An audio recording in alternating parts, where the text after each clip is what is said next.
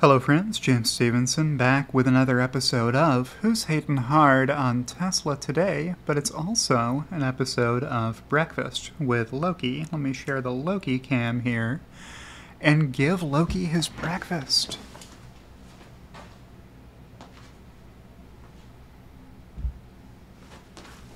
There you go, buddy.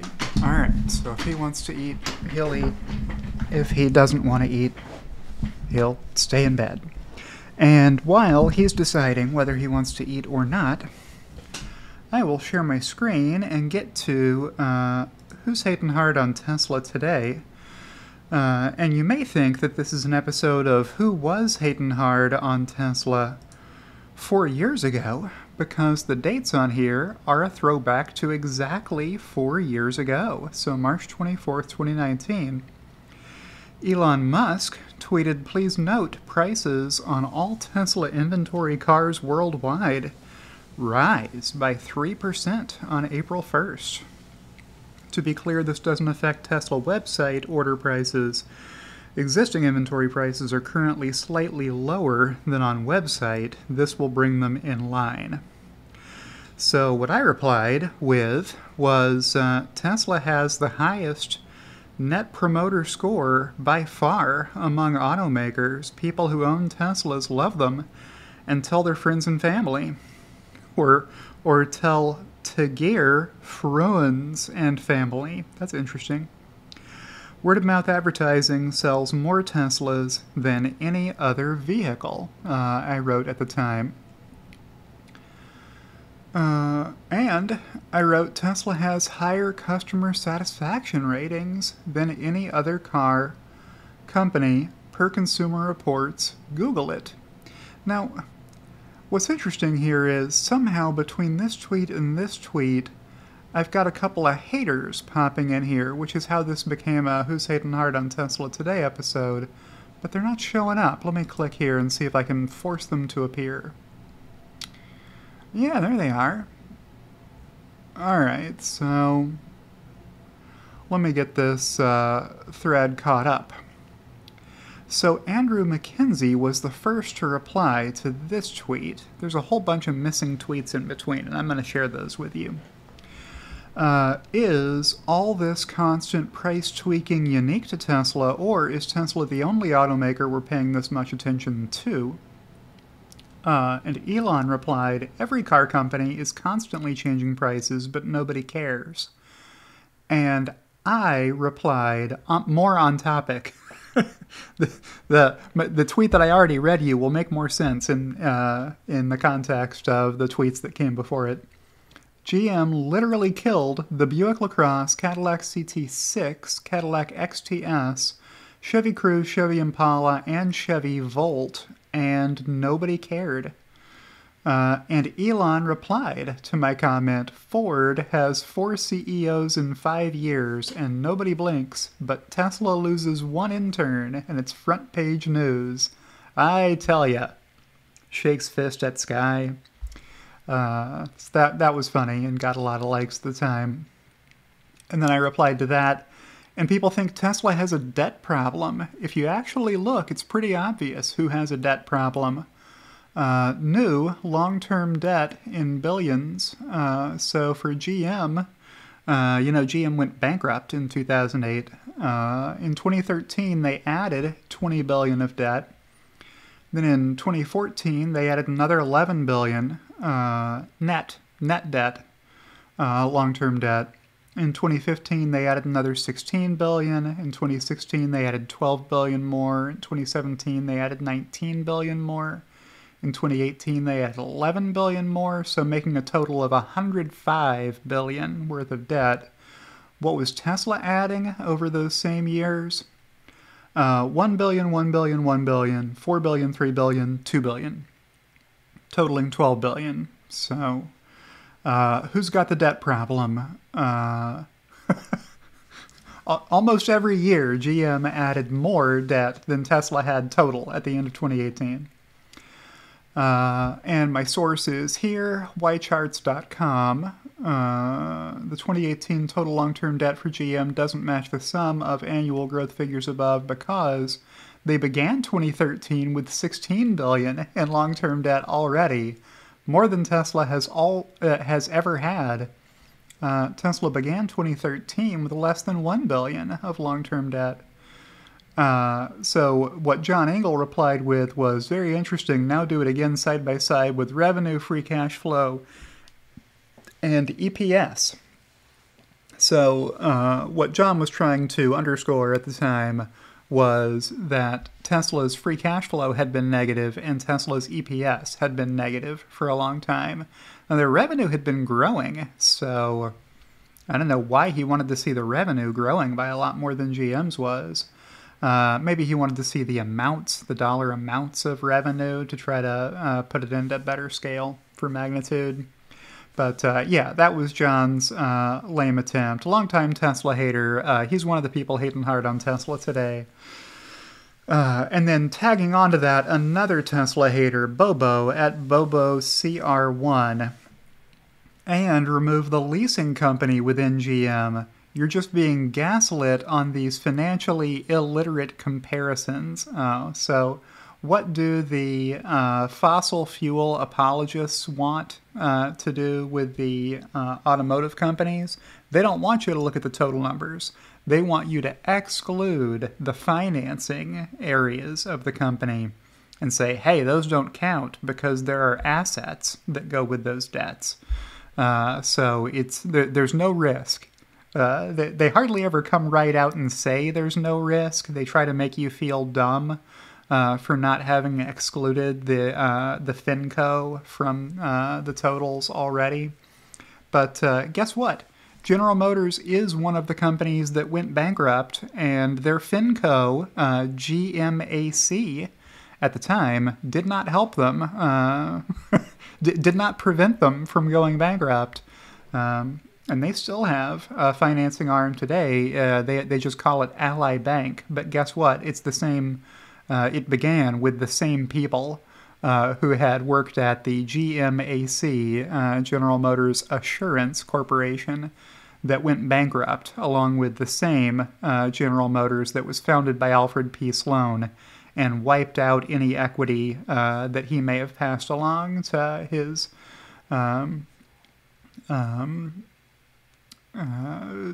through his inheritance to descendants or whoever.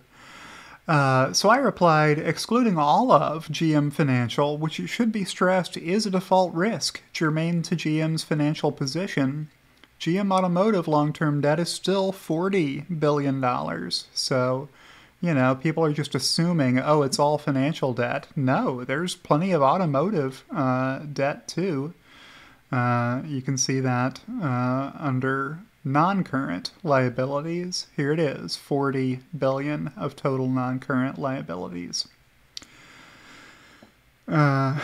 Yeah, so John replied, and how does that compare to Tesla when you set debt alongside revenue, free cash flow, and EPS? Quantity of debt is a meaningless data point out of context. A company with $1 million in debt but can't pay it off is in objectively worse condition than one with $1 billion in debt that can do so.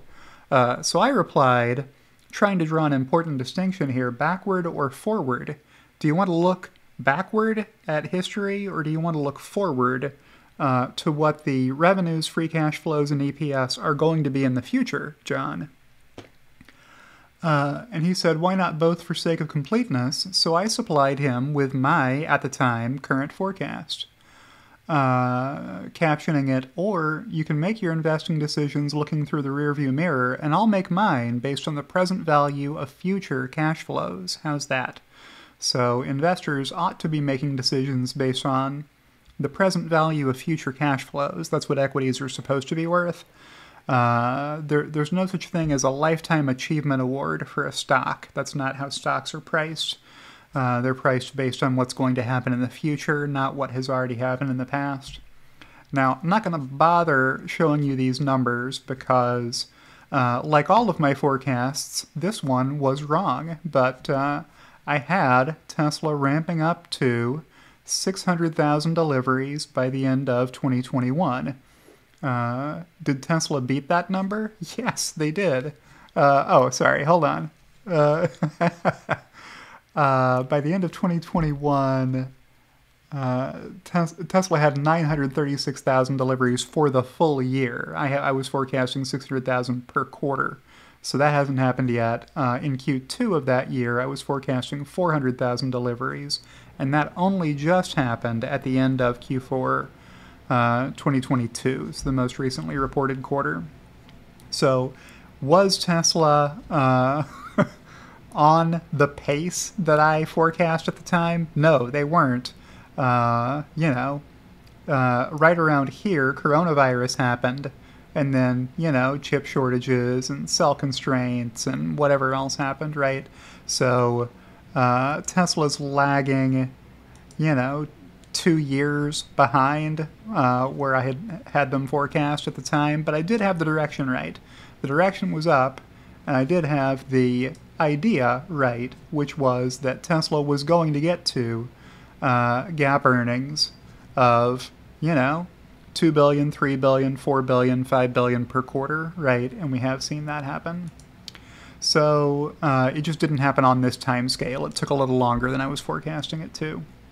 This is where Totally Quiet Podcast, TSLAQ Podcast, chimed in. James, can you briefly explain the shift in the trend of revenue per delivery you're modeling, going from a clearly downward trend up to Q2 2019, moving to increasing for Q3 2019 and going forward? And John said, yes, in all seriousness and asking in good faith, we'd like to know what the key assumptions are at play here. Trends do not change of their own accord. Is it purely some kind of economy of scale? How are you modeling that? And I replied, you mean my average revenue per delivery that I'm not forecasting to increase from last quarter's actual revenue per delivery until Q3 of 2020, which was more than a year in the future at that point in time. And John said, sure. And I said, it's right there on the chart for you to read. I tweeted out all of the underlying assumptions, including unit volume and ASP, by model and quarter. So this was one of my early forecasts. I had taken a pretty high-level swipe at this. And where did I have average selling prices? In the $50,000 to $60,000 range across time here. So where has Tesla's ASP been? It's been mostly in the $50,000 to $60,000 range. They didn't believe it. They thought it was going to be lower than that. Bobo CR replies that backing table is using different data than the revenue and profit sheet below. So I replied, that page only shows automotive revenue, leasing, energy division, service, and the rest of the operating P&L are on the next page. Just trying to help people understand, hey, there's more to automotive, more to Tesla revenue than just the automotive. I had a lot of growth forecast for energy generation and storage, believing that Tesla was going to have enough cell supply to expand those products a lot at the time, because that's what they were guiding. If you listen to J.B. Straubel back then, he was saying it's going to be 40% growth over prior year every quarter from here on out. That didn't end up happening. Energy has taken a lot longer to develop than they were guiding at the time.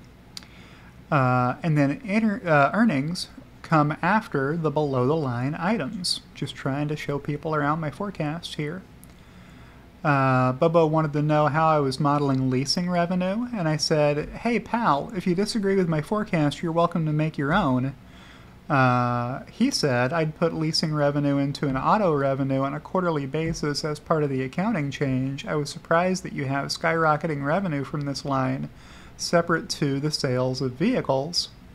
And Mark said, that's the problem with copy-paste forecasting using just set percentage, and we have received any explanation why something is happening, so it must be, but I want to. So I said, please read the replies before posting, Mark. Model 3 is not currently available via lease. I expect that to be offered as an option soon, if Tesla relieves enough production constraint from Fremont to want to pull another demand lever and let people lease Model 3s. The revenue will be higher. The leasing revenue will be higher later if they don't offer leasing today for Model 3, and in the future they're going to. That's the explanation. And Mark, at Mark_MTV3, another one of the TSLAQ haters from way, way back in the day. These are the OG TSLAQ crowd. I read the replies, and none of them say, for example, where the Model 3 growth is coming from. Amazing 100% Q4 versus Q1 2019. As it is not selling after the US and EU backlog is gone. Oh, so now we get to what Mark's problem is. Mark said, there's a demand cliff coming, competition is coming, the backlog is gone. These are the holy triumvirate of TSLAQ religious dogmatic beliefs, right? They want everybody to know all the time that people are going to stop buying the best cars available because the competition is going to have EVs. And as soon as the competition has EVs, people are going to just blindly pick an EV from the available field at random, and that'll be the one they take home. People aren't going to want to buy the best EVs. They're going to just want to buy an EV. So it doesn't matter who made it, Ford, GM, Stellantis. If it's an EV, they're going to buy it, right? How would this be possible when the ASP does not drop to $35,000, the level of a car Tesla cannot, as per today, deliver? Oh, so here's the thing. Mark was forecasting that Tesla's average revenue per delivery would fall to the starting price of the lowest priced Tesla vehicle. Because Mark isn't very good at forecasting, and because Mark didn't have a forecast. What he and the rest of the TSLAQ crowd believed 4 years ago was that Tesla's ASPs were going to fall below $40,000 per vehicle. Nobody was going to option them up. Nobody was going to buy Model S. Nobody was going to buy Model X. There was never going to be a Model Y, so it would just be the Model 3 base getting sold with no FSD packages on it, no performance version, right? So the ASP Mark was expecting was to be $35,000, and that's what he didn't like about my forecast for Tesla ASPs to stay in a $50,000 to $60,000 range. So I decided to try to help this crowd, Mark MTV3, Bobo CR1, and 2 others, so including John Engel, and the TSLAQ podcast, right? To explain to them what they were missing, to give them what they weren't hearing in their TSLAQ chat groups or from the other TSLAQ members they were following. Why were they wrong and why was I right? Here's the thread. Where do I start with your wrong assumptions? Shorts have been saying the Model S backlog is gone since 2014, but they're selling more Model S now than they did back then, despite launching Model X and a much lower priced Model 3. Sales will come from people who want to drive the best. That's the brief version. But let me try to incentivize Loki to eat some breakfast. There you go, buddy. Let's give people a look at something else besides just me talking through my tweets from 4 years ago. Tesla makes 3 vehicles, and they are literally the 3 safest vehicles ever tested by NHTSA. Google it. And I provided the link, I think, later on here that shows that. Now, NHTSA isn't allowed to name one manufacturer the safest, because they don't want to get in the middle of that argument and see that used in advertising one vehicle against another. But if you look at the raw data from their tests, Teslas are safer on average than any other automaker's vehicles. So if you want to buy the safest vehicle available, you want to buy a Tesla, is the point there. Tesla has the highest net promoter score by far among automakers. People who own Teslas love them and tell their friends and family. Word-of-mouth advertising sells more Teslas than any other vehicle. What have we seen since then? We've seen S&P Global Mobility's research confirm this finding, that when people who already own a Tesla go to buy another EV, 95% of the time they buy a Tesla. And these people talk. They have friends and family, some of whom value their opinions and ask what kind of car they should buy, right? This is how Tesla sales have grown over time. It's word of mouth. Tesla has higher customer satisfaction ratings than any other car company per Consumer Reports at the time. Now, Consumer Reports has published some differing data since, but at the time, that was Googleable. Tesla makes an all-electric lineup. The market is shifting away from internal combustion engine vehicles to electric vehicles, and Tesla owns the premium electric market. I'm giving you the bull case here, guys. You're not hearing it in your TSLAQ circle, knitting circle, but here it is if you want to know the truth. Tesla is the only automaker with a worldwide network of quick chargers for long-distance travel, and that network is getting faster now, with V3 superchargers capable of charging a Model 3 from 20% to 80% in 15 minutes. Look how far ahead of the game Tesla was developing the supercharger network. Even back in 2019, it was the best there was, and it's grown every year since. If people want to prioritize the ability to find working quick chargers on their road trips, what they want to buy is a Tesla. This is a point of differentiation for Tesla that's going to enable them to sell more than the competition that's coming without a quick charging network. Tesla will be the first automaker to release a suite of full self-driving features later this year in beta. Not only are these convenient and practical, they're also off the charts cool and have tons of use cases. People like FSD beta, and Tesla is taking the right approach toward developing it and improving it over time. Tesla will begin producing the first large-scale production electric crossover SUV next year. That's Model Y. Tesla is first because they are the first automaker to figure out how to sell an affordable electric SUV profitably. What did we learn earlier this week from Ford? We learned that their Ford Mustang Mach-E electric crossover SUV is being sold at a loss. They are losing money selling that vehicle. Still, as of 2022, Tesla figured out how to make money selling that vehicle, which enables them to scale it faster, right? The flywheel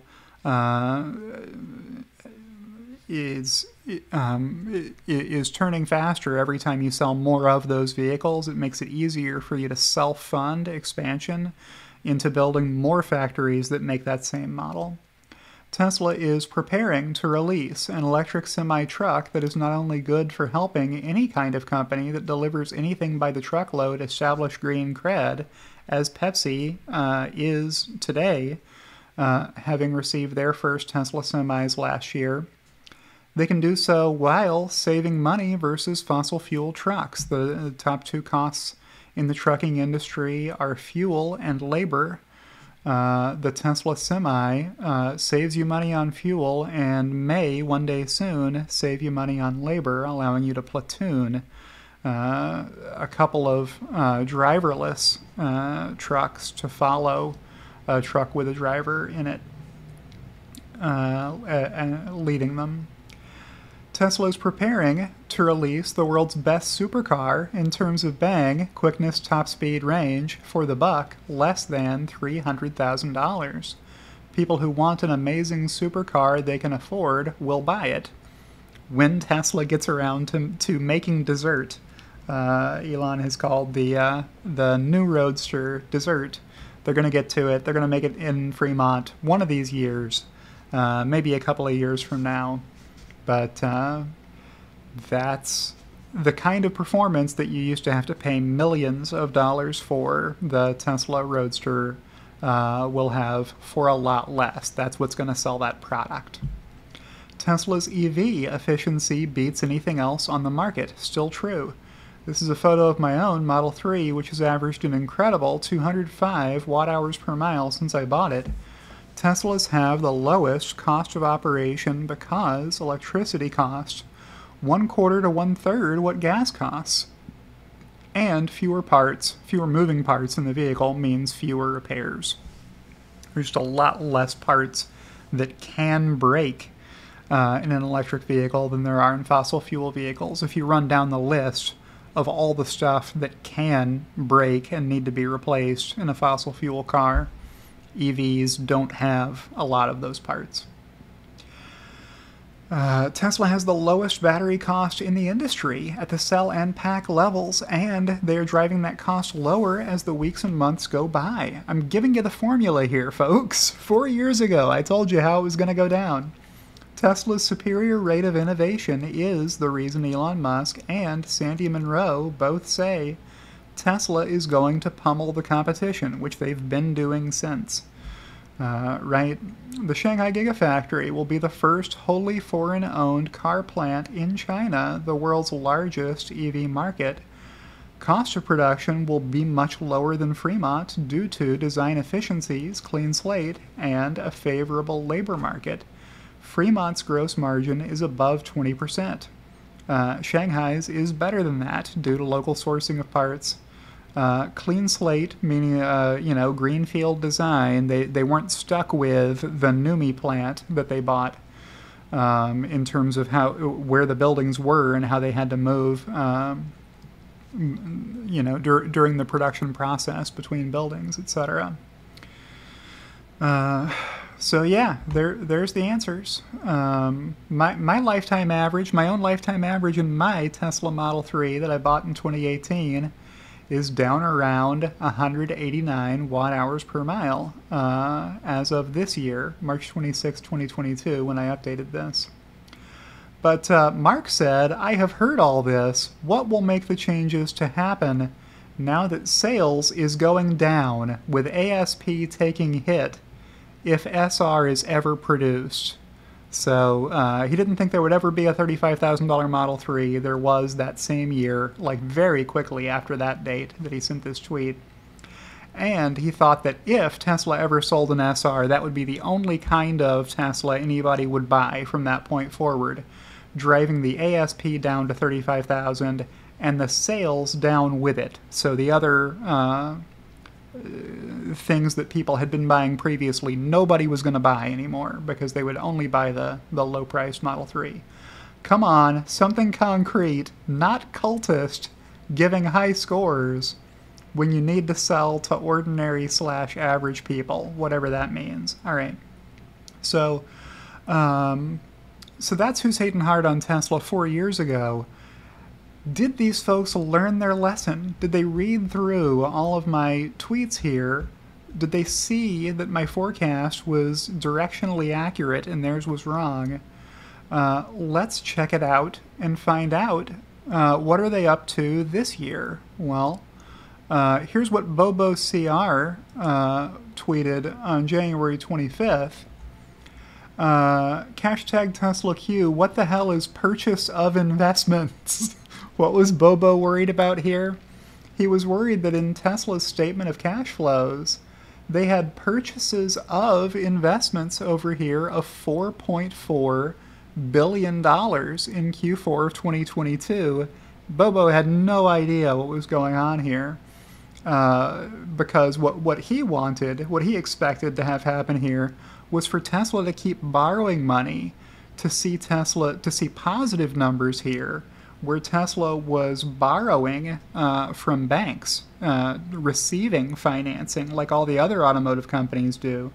You know, every year Toyota borrows another 9 trillion yen to keep their business running.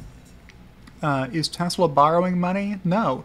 Tesla has already paid down all of their long-term debt. They did that, about a year ago. They were done paying off all the long-term debt. And since then, the cash has been piling up. So what do you do if you want to get a return on your giant pile of cash that keeps growing? You buy some securities with it, right? So that's what happened there. What the hell is purchase of investments? I'll zoom in here for a second. Fishtown Capital replied helpfully, probably treasuries. And Bobo said, probably, but this is hashtag Tesla. So he's just got it in his mind that there's no way Tesla can be a successful company, right? That can't be the answer. It can't be that they have so much extra cash that they're looking for an investment to get a good return on it. It's got to be fraud somehow. I have to believe in some conspiracy theory about what those cash flows are. What's Mark MTV3 up to these days? Well, let's take a look. He sent this tweet on March 19th, so just a week ago today, with the caption, hashtag Tesla, hashtag fanboy, hashtag cherry picking, hashtag data.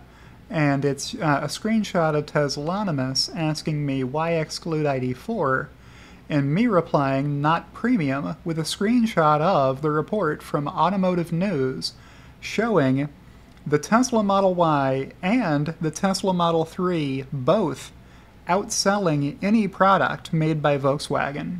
So the question was, why exclude the ID4? Well, the ID4 here, you may not be able to see, only sold 66,000 vehicles last year in Europe, which was the leading non-premium vehicle. So in the premium segment, the Tesla Model Y was number one, selling 137,000 vehicles, and the Tesla Model 3 was the number two selling electric premium vehicle, selling 92,000 vehicles. So both of these outsold anything in the lower priced electric vehicle segment. But don't confuse Mark with the facts. He would rather accuse me of cherry picking, even though I'm just reporting what Automotive News Europe quietly published on their website. John Smith replied, LOL, agree ID4 is not premium, but laughable that Tesla is premium. What does Mark think about Teslas? Exactly. Elon has cut Model 3 and Model 3 Highland to the bone. Nothing in them is premium. All right, so still firmly on board with the TSLAQ long-standing belief that Teslas are worthless vehicles that nobody should pay a premium price for. And John Engel, lastly, we know TSLAQ podcast is still TSLAQ, obviously. It's part of their brand. What's John Engel tweeting about these days? He's tweeting glass houses, comma, throw stones, comma, etc. Hashtag Tesla. Retweeting tweet removed. Retweeting me. From my long thread about reactions to the Model Y unveil 4 years ago. So what was John Engel's reaction? 5 seats definitely, 7 seats maybe not. Well, he was wrong about that. People do buy 7-seat Model Ys. And what's this comment mean? He's referencing the cliche, people who live in glass houses shouldn't throw stones. What's he mean by that? He means, yeah, James, but your forecasts are wrong. Okay, but my forecasts were right directionally, and your forecasts were wrong directionally, John Engel, including your 2018 Seeking Alpha article headlined, Has Tesla Flopped with its first mass-market vehicle? Meaning the Model 3. John Engel thought that it was a flop 5 years ago. Right after it first came out, he was publishing articles saying that Model 3 had flopped. It hadn't even started to ramp up, really, at the time. And as we just noted, was the second best-selling vehicle in Europe last year, trailing only the Model Y in the electric vehicles category, premium or non-premium. And with that, I think that concludes today's episode of Who's Hating Hard on Tesla Today. So, I'll check back in with Loki, who has decided not to eat his breakfast yet. And with that, I will outro and say, if you've enjoyed today's video, click the like button. If you're not subscribed to my channel already, why not go ahead and subscribe to my channel over here and click the notification bell to get alerted whenever I post fresh content. Thank you to everyone who supports me, either on Patreon or by joining my YouTube channel, especially my executive producers, Kathy Kitchler and Halter Ferguson Financial, and I'll see you in the next one.